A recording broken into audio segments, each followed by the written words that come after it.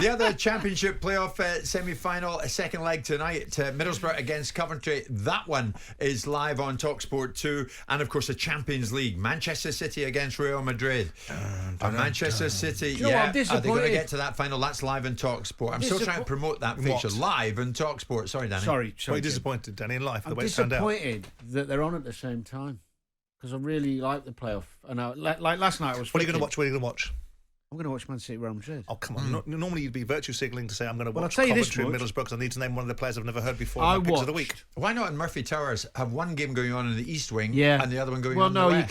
you can have two on at once. That's true on separate things. But the last night I ended up focusing much more on the Luton game than I did on the Milan derby. Bit of an anticlimax, really. And you think we're interested in this, but carry on.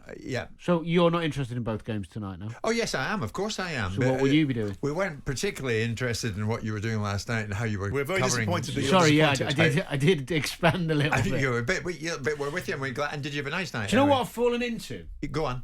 Your trap. Your trap earlier of calling me a friend, and when you said that, I thought, well, friends tend to engage in conversation with one another and go down. Yeah, but friends tend to know what's interesting and what's not. Yeah, that's right. But anyway, Danny, give us a call when you want to tell us about what you did last night. Okay. 03717. Manchester City against Real Madrid tonight. Champions League semi-final second leg. Of course, big questions coming out of that. Not least, where's Danny going to watch it?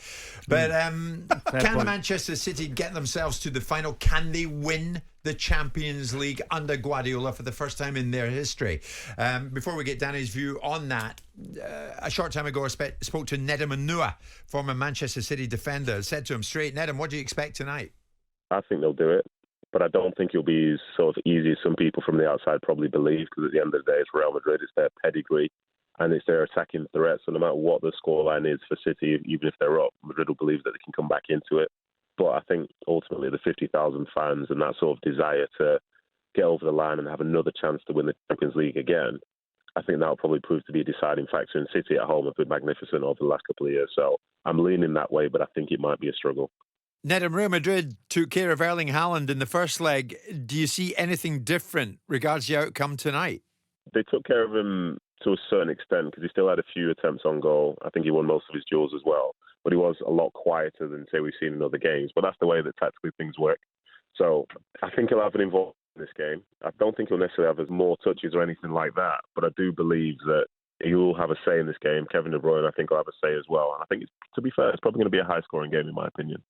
It's so important, isn't it, that not only does City get to the final, Nedum, that they win it, in terms of being regarded as one of Europe's elite.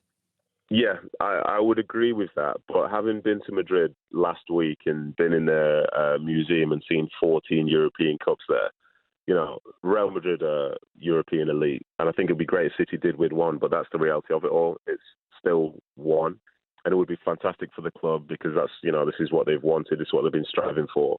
But they've got a long way to go before they're really heralded in the same way that some of these other teams are, especially on the Champions League stage when you look at likes of Real Madrid, Liverpool's, AC Milan's and other teams like that. But the belief is that right now, you know, they are very, very significant and they want to be in with a chance to go and do it. And it's not going to be easy should they beat Real Madrid, going up against an Inter side that, you know, have some history as well. But this is Man City and the way that they do things, and their aim is to be as successful as they can be. So from my perspective, fingers crossed they do it, but I'm sure for others they won't be rooting for that.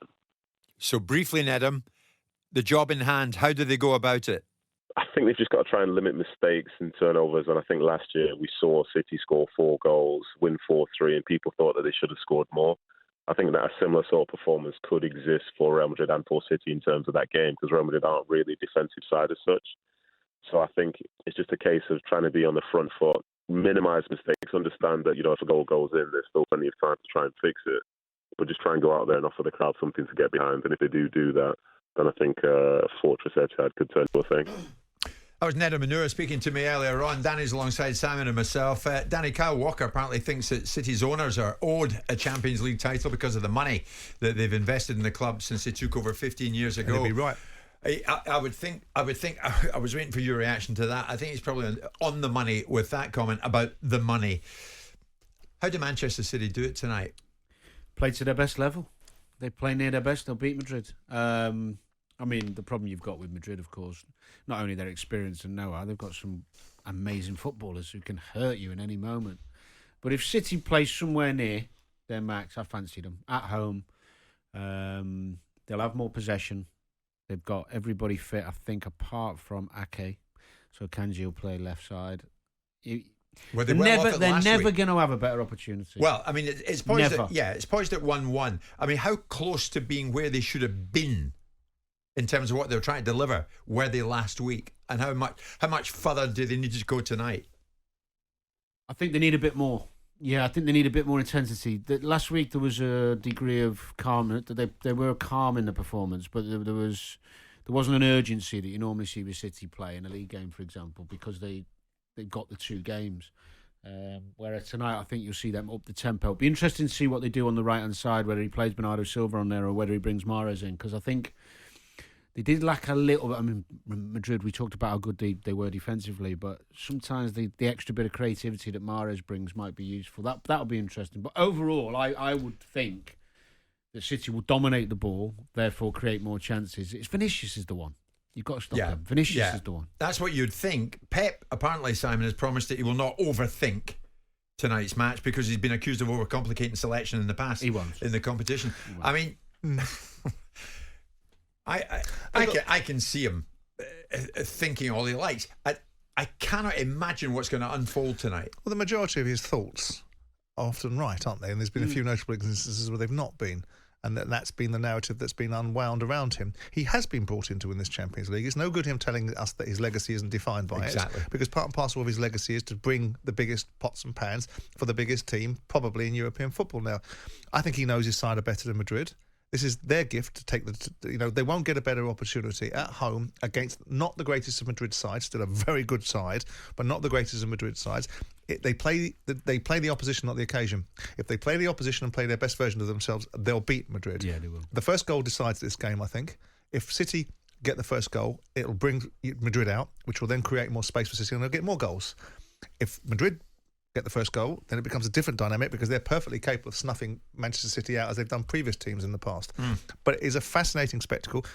They have to win this game. I don't care what we talk about in terms of, well, they're still a remarkable team in domestic football. You do have to bring home the bacon.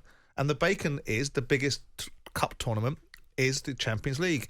It's now being paid at such humongous levels, it's actually paying more money next season than the Premier League's paying. It's now got more games next season in terms of 17 games rather than just 13.